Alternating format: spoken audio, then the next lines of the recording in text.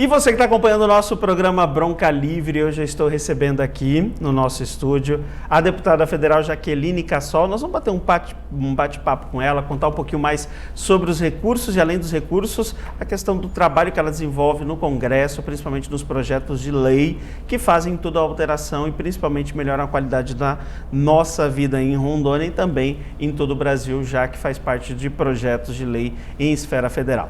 Primeiramente, boa tarde, deputada, tudo bem? Boa tarde, Elton. Um privilégio estar aqui com você, podendo conversar aí com o pessoal que está do outro lado. E aqui em Vilhena, mais uma vez, é a terra que eu sou apaixonada e que eu não me canso de dizer que foi onde a família Cassol começou a história em Rondônia, há 45 anos atrás, aqui em Vilhena.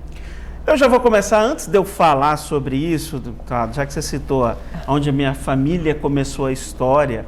E eu lembro que eu entrevistei a deputada bem um pouco antes do início de assumir o mandato, ali quando você estava nessa fase de pré-candidatura também. Como é que você enxerga hoje o mandato da deputada Jaqueline Cassol para o Cone Sul, principalmente? Bom, eu me sinto bem satisfeita com o trabalho desses 3 anos e meio.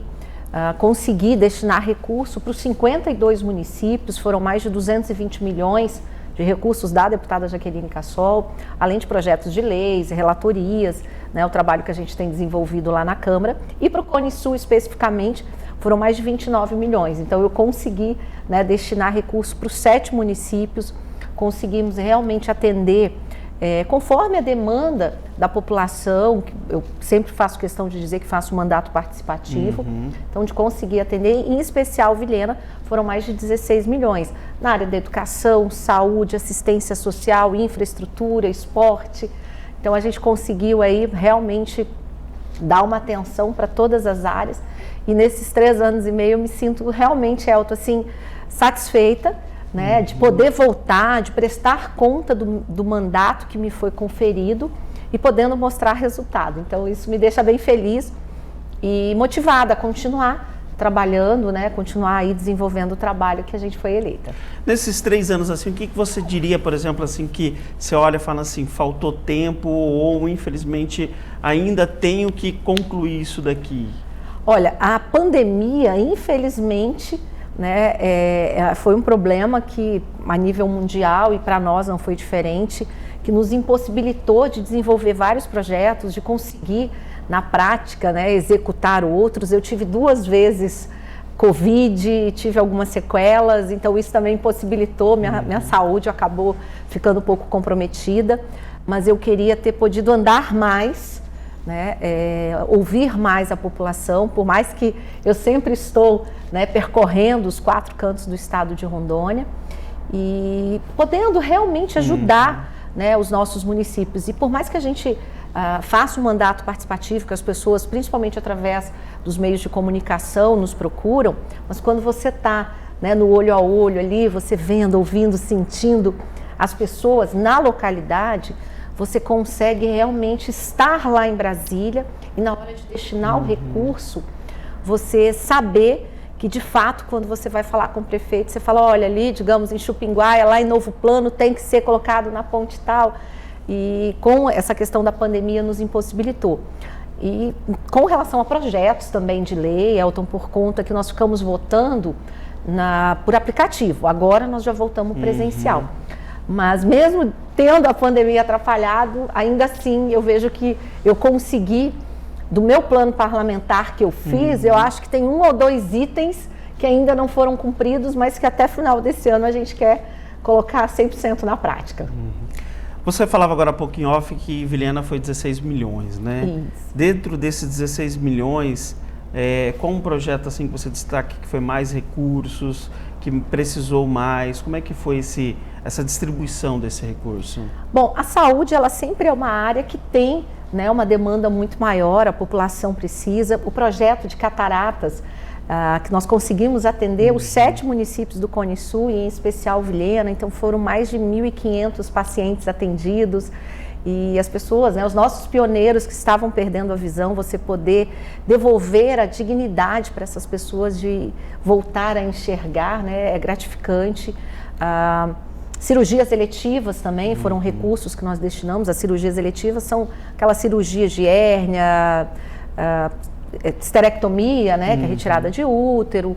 Foram mais de 10 milhões na saúde. Na educação, quadras poliesportivas, que ainda a prefeitura está tramitando junto ao FNDE. O esporte, que é um projeto em parceria com a AVV, a Associação Vilhenense de Voleibol, que é um orgulho aqui para o Cone Sul e para nós, né, que somos de Rondônia.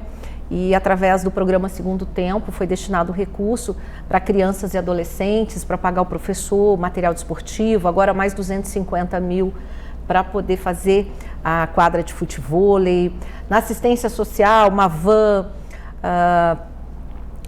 agora deu branco da outra, a infraestrutura também, que também para uma creche. Então, eu vejo que nós conseguimos, nesses 3 anos e meio, realmente poder ajudar, né, o município, destinando recursos para o hospital também, para a construção do novo hospital.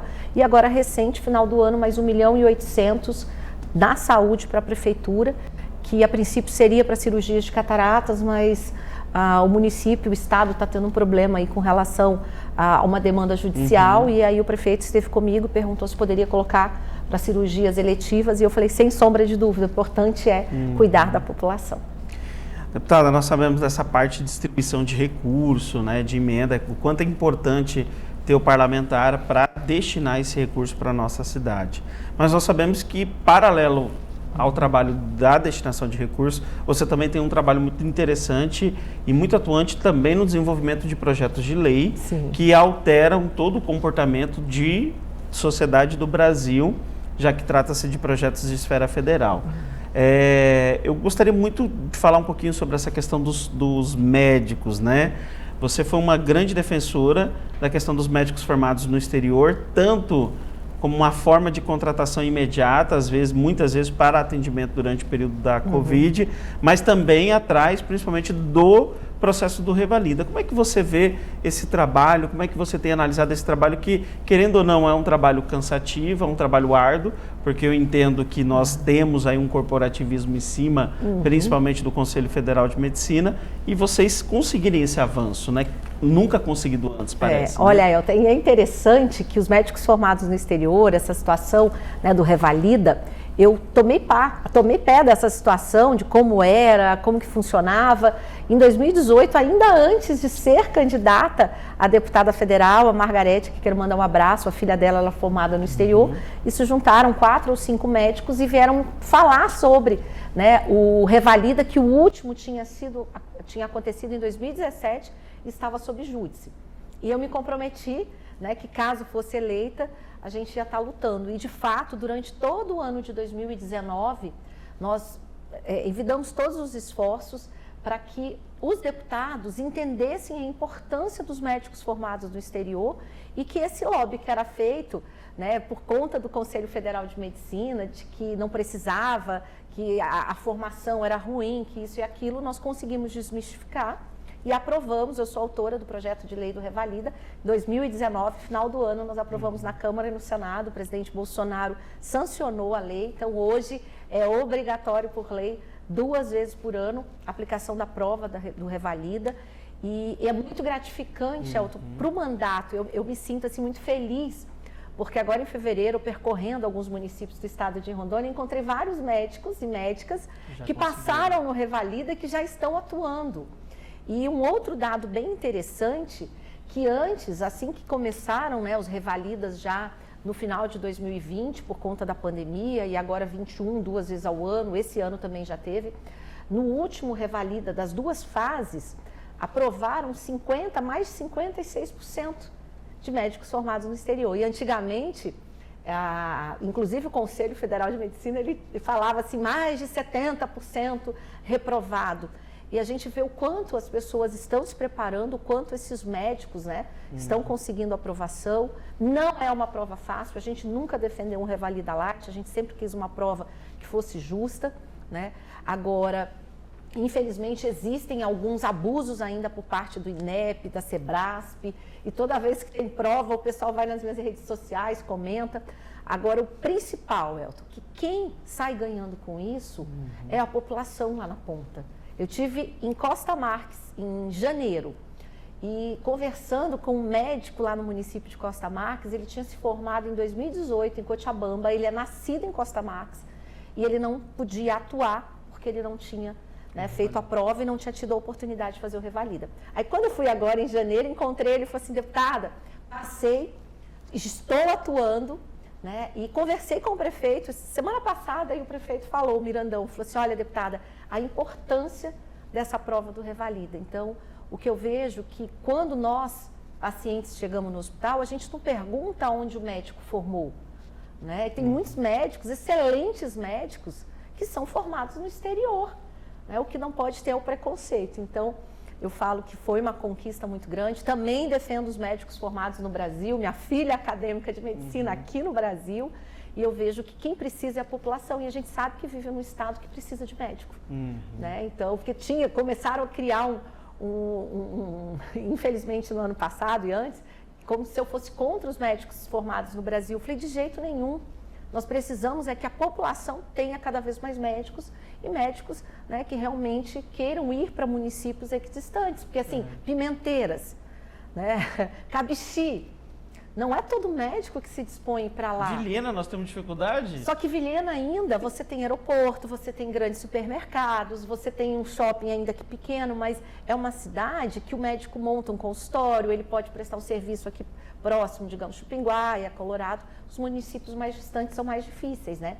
Mas os médicos, né, a população precisa de médico em todos os municípios. Então, eu fico muito feliz, Elton, e cada vez mais, né, as pessoas sendo aprovadas. Sobre a questão dos médicos, e também tocamos sobre o assunto da mais nova lei aprovada, que ganhou muito destaque, que é a Lei Henri Borel, como ficou conhecida igual, vamos dizer, Maria da Penha, né? Na verdade, a lei não é sobre uma pessoa, é sobre uma proteção a um público determinado, que às vezes acaba se tornando um expoente, né? Que às vezes é um precursor sobre aquela situação, e é o caso da Lei Henri Borel. Para quem está em casa, o que de fato diz essa lei e que de fato vai mudar na vida dos vilenenses? Bom, é importante, Elton, primeiro a gente falar que o Henri Borel, né, ele faria 6 anos agora, dia 3 de maio, mas aos 4 anos ele foi vítima supostamente pelo padrasto de maus tratos, agressão, e veio a óbito com a omissão da mãe. Então, naquela ocasião, né, logo em seguida, a gente apresentou um projeto de lei, que é um plano nacional de enfrentamento à violência doméstica familiar contra crianças e adolescentes. Assim como a Lei Maria da Penha protege as mulheres, a Lei Henri Borel protege as crianças e adolescentes. As novidades que foram criadas através da lei, além dela juntar, né, o ECA, a Constituição, a Declaração Universal dos Direitos Humanos, criou também a figura da pessoa que se omite em ser responsabilizada. No caso do Henri Borel, Elton, a babá sabia da agressão, mas não denunciava. Então nós criamos essa modalidade de que o responsável, alguém que saiba, ele tem a obrigação de denunciar.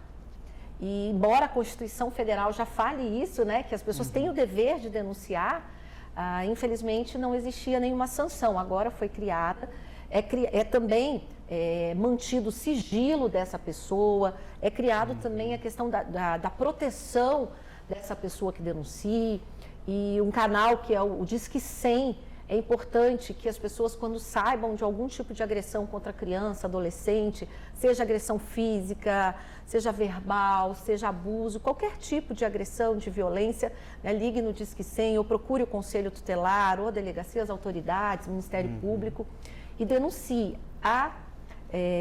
Vai ser mantido o sigilo, né, da pessoa, mas a importância de se denunciar. Porque uma das coisas que eu falava na Câmara e que eu continuo falando, que assim, os menores caixões são os mais difíceis de se carregar.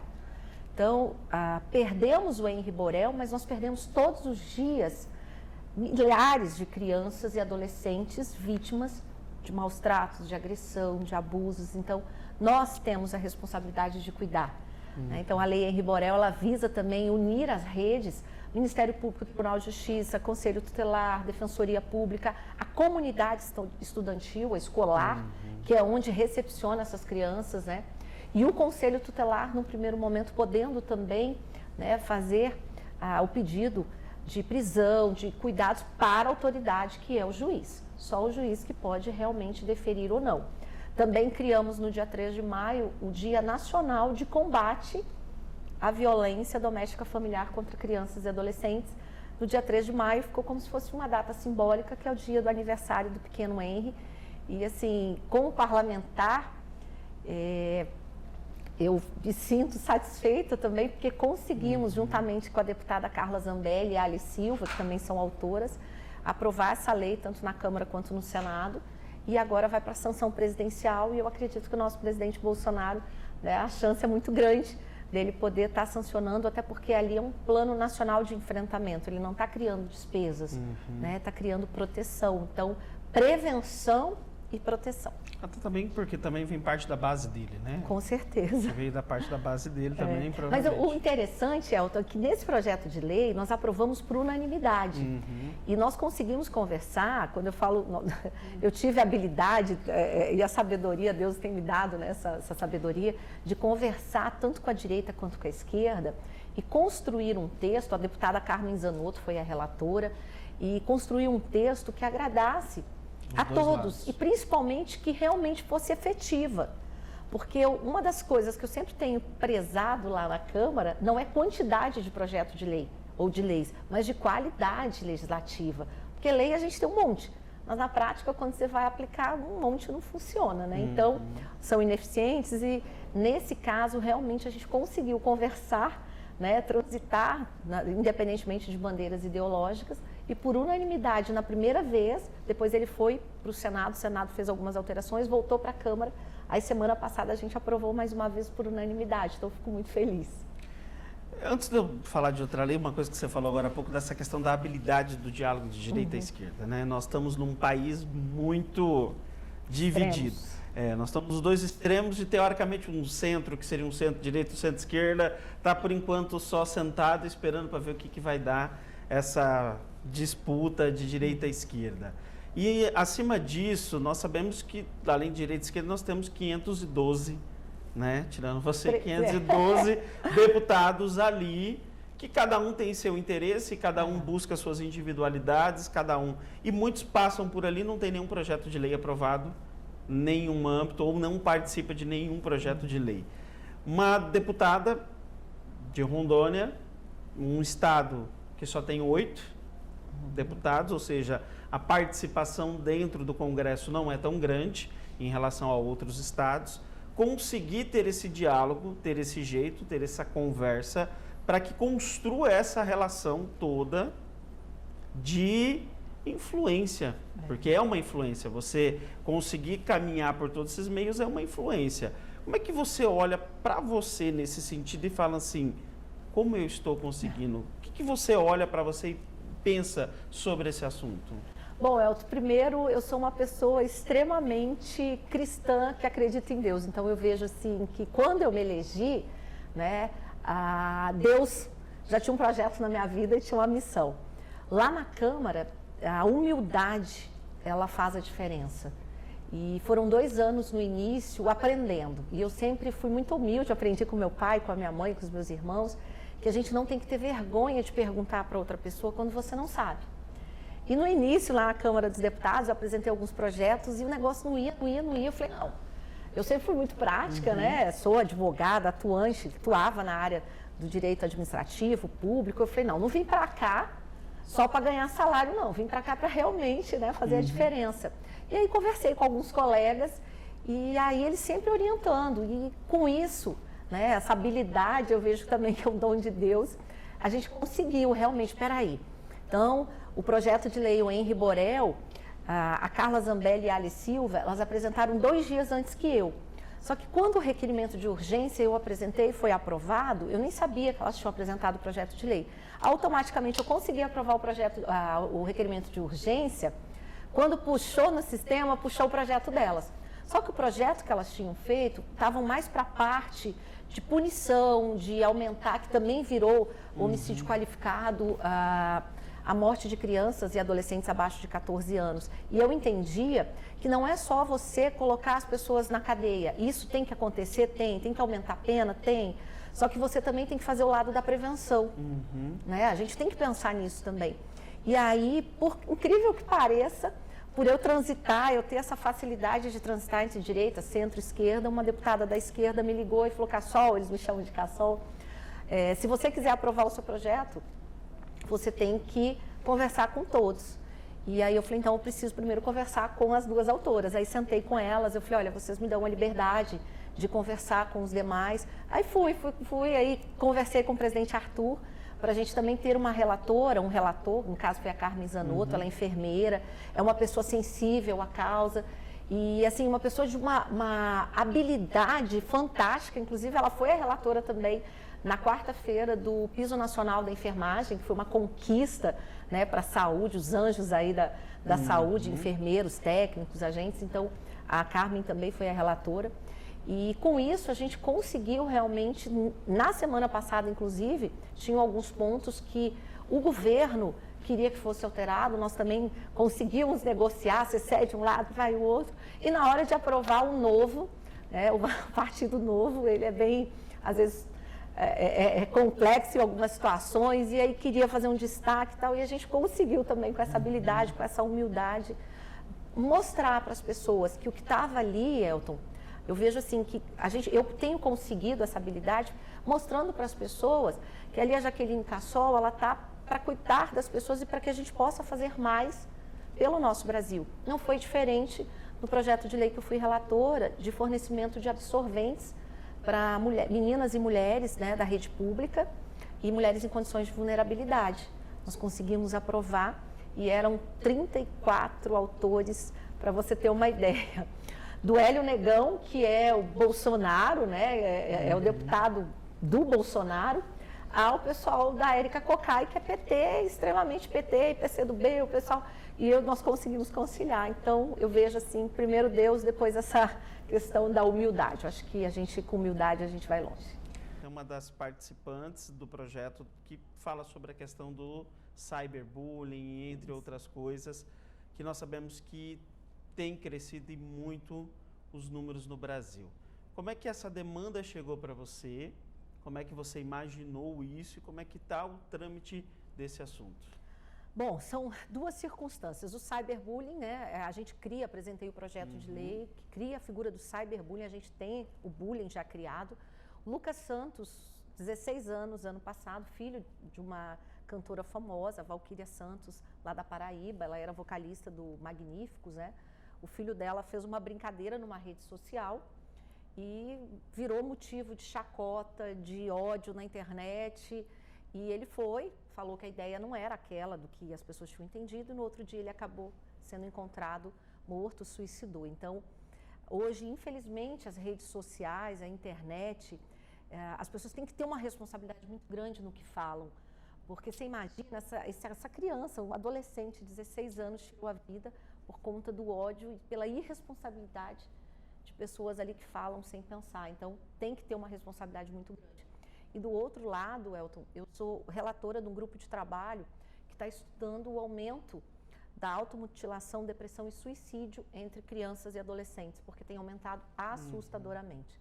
Né? Eu já vivi a depressão, eu sei o que é. Tenho pessoas na família que também tiveram depressão, que tratam. E hoje, infelizmente, a depressão, ela é uma doença que para a sociedade, né, é um tabu. Você falar de saúde mental, na verdade, é um tabu. As pessoas, elas podem cuidar daqui para baixo, de pressão alta, diabetes, de qualquer problema. Agora, fala que vai no psiquiatra ou que vai no psicólogo, a pessoa, ih, você tá louco? Você tá... Não, não é nada disso. Você imagina, eu falo que a cabeça, olha o tamanho da responsabilidade, né? E o mundo que a gente vive, a pandemia tem piorado, aumentou em 25% o índice de depressão em crianças, adolescentes e mulheres depois da pandemia. Saiu uma pesquisa do mundo corporativo, né, das empresas privadas, de março de 2020 a março de 2021, houveram mais afastamentos por transtornos mentais no INSS do que da Covid-19. E por que ainda é um problema de saúde que é invisível? Eu li um artigo da Mariana Ferrão, fantástico, que eu recomendo as pessoas lerem, que nós temos que aprender a acolher a dor, que a gente tem que aprender a falar abertamente, sem julgar, e que ela relata o caso de uma residente de medicina, residente em UTI, né, que ela foi expulsa da residência porque ela estava com depressão. E aí essa residente, ela fala, Se essa doença sangrasse, as pessoas olhariam e veriam que eu estou doente. Então, assim, hoje é algo que, infelizmente, está latente na sociedade. Vilhena é uma das cidades no estado de Rondônia que tem um índice muito grande de suicídio, e as autoridades, seja poder público nacional, União, estados e municípios, tem que começar a fazer algo. Porque quando a pessoa ela procura o CAPS, ela precisa de ajuda, ela precisa ser acolhida, ela precisa ser ouvida. E, infelizmente, né, não tem a quantidade de profissionais que tem a demanda da sociedade. Então, as igrejas têm feito um trabalho muito bacana. No grupo de trabalho, a gente tem ouvido psiquiatras, psicólogos, CVVs, que são centros, né, que fazem esse trabalho voluntário, o Corpo de Bombeiros do nosso estado também. Deputada, fica até como uma sugestão, na verdade, você falando essa questão do tema, nós temos aqui a comunidade terapêutica e a minha esposa, inclusive, é especialista na área, e ela atende como psicóloga, e nós estamos buscando informações sobre a política do EJA para atender as comunidades terapêuticas. E na pesquisa não existe um plano do governo federal no sentido de implantação. Há atividades individualizadas de prefeituras e governo. Fica até como uma sugestão de tema a ser buscado para atender aí o Brasil todo, né? Ótima colocação, Elton. Excelente ideia, porque eu vejo que tem que ter, né, a questão da ocupação das pessoas que estão lá, tem a questão da saúde pública, porque o fato deles estarem numa comunidade, a gente sabe que é uma doença, assim como tem as outras doenças, né? O vício, a dependência às drogas, ao álcool, uma série de outros vícios. Então, essa questão atrelada da saúde com a educação, eu vejo que é essencial. E, além da ocupação, a formação. Porque a partir do momento que ele faz o EJA, né, que ele consegue aí terminar o fundamental, o médio, inclusive, Elton, lá em Rolim de Moura, no Serna, eu conheço um casal que o pastor conseguiu, o pastor João lá do Serna, conseguiu que o casal tinha muita vontade, foi fazer a faculdade, e aí o Serna fez uma parceria com a faculdade e recente eles formaram. Então, tem que ter realmente uma política pública que venha da União para Estado e município, porque, como você falou, muitas vezes o município não faz, o Estado não faz, mas com certeza eu vou estar anotando a dica e depois conversando mais com você e com a sua esposa, porque eu vejo que é de suma importância e é assim que a gente constrói um mandato participativo. Deputada, para finalizar, um pouquinho de política futura, você está colocando, através do seu partido, né, a disposição para ser pré-candidata ao Senado pelo Estado de Rondônia. Como é que foi pensar nesse cargo e por que você acha que agora está na hora de você também dar mais esse passo ao Senado? Bom, Elton, como eu falei, né, antes, eu durante esses 3 anos e meio percorrendo o estado, vendo, ouvindo, sentindo as necessidades da população e conseguindo realizar, né, vários desejos que eu tinha realmente e objetivos traçados, eu falei, por que não, né, alçar voos mais altos? E eu sempre defendo o protagonismo das mulheres.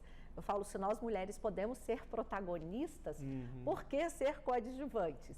E aí coloquei meu nome como pré-candidata a Senado.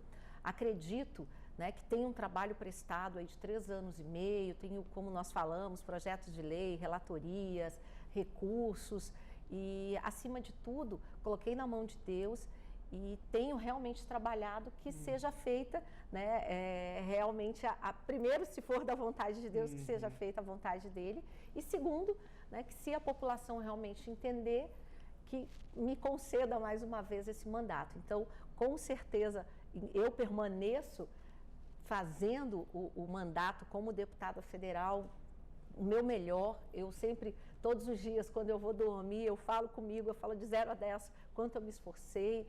Hoje entendo também como é difícil as mulheres participarem da política, Elton, porque nós temos vários papéis. Eu sou filha, sou mãe de 2, sou esposa, sou dona de casa, sou advogada e estou deputada. Né? E tem a questão de a vaidade, né? Hoje até brinquei, é verdade, que eu não consegui nem fazer maquiagem para vir no programa, mas dos homens não cobram isso, né? Das mulheres cobram, mas a gente vai falando que nós mulheres nascemos lindas e o ser humano em si é lindo por natureza e o que importa é o que a gente tem dentro da alma, das nossas ações, o que a gente faz, mas a gente tem conseguido, né, com sabedoria e realmente tendo jornada dupla, tripla, as mulheres, exercer esse protagonismo. Então, por isso coloquei meu nome à disposição. Como presidente do partido, tenho aí defendido candidatura de mulheres, pré-candidaturas nesse momento, a deputada estadual, a federal, para que realmente a gente possa aumentar a representatividade. E eu vejo que Rondônia, nós somos um estado, né, que tem aí a força. No Brasil, nós somos mais de 52% de mulheres, Rondônia também a força feminina, mas nós também temos aí a representatividade, né, dos jovens, dos idosos, e eu vejo que quando se fala da mulher, não que algumas pessoas falam que as mulheres são melhores, não, eu não falo isso. Eu falo que nós mulheres só queremos o nosso espaço, né? Nós queremos ocupar o nosso espaço e queremos ajudar na construção de políticas públicas para um país, para um estado e para um município melhor. E a sensibilidade e o olhar da mulher é diferente, porque na grande maioria é a mulher, Elton, que vai levar o filho na escola e percebe muitas vezes que não tem a merenda, né, que falta o material, ou que vai no postinho de saúde e não tem a medicação. Digo também que se é a mulher, às vezes, que vai fazer o traçado de um ônibus, ela vai pensar, tem creche ali, tem escola, tem um mercado, tem uma farmácia, está perto do postinho. Se é um homem, na maioria das vezes... Ele só pensa de onde ele tem que sair, para onde ele tem que chegar. Então, assim, a sensibilidade feminina é diferente. E nós aqui em Rondônia, nós somos um estado eminentemente agrícola e eu fico muito orgulhosa de nós termos um movimento de mulheres do agro, que são mais de 1000 mulheres, que são desde plantadoras de soja, pecuarista, como pequenas agricultoras. Então, o estado de Rondônia e as mulheres no protagonismo, independentemente de serem mandatárias, assim como eu, ou não, mas que têm exercido o protagonismo. Deputada, quero agradecer a sua presença aqui no programa Bronca Livre e dizer que sempre que voltar à cidade de Vilhena, nós estamos aqui com a TV Alamanda, nosso programa de portas abertas para a senhora. Obrigado. Eu que agradeço, Elton. Grande abraço a todos vocês. Né, que Deus possa estar concedendo o desejo do coração de cada um e possa estar nos abençoando sempre. Sucesso para vocês nessa caminhada. E parabéns aqui à TV Alamanda, gente linda, que lindo, lindo, lindo. E me convida mais vezes, com certeza, estando aqui em Vilhena, faço questão de participar, Elton. Obrigado e já já nós voltamos com o Bronca Livre. Tchau.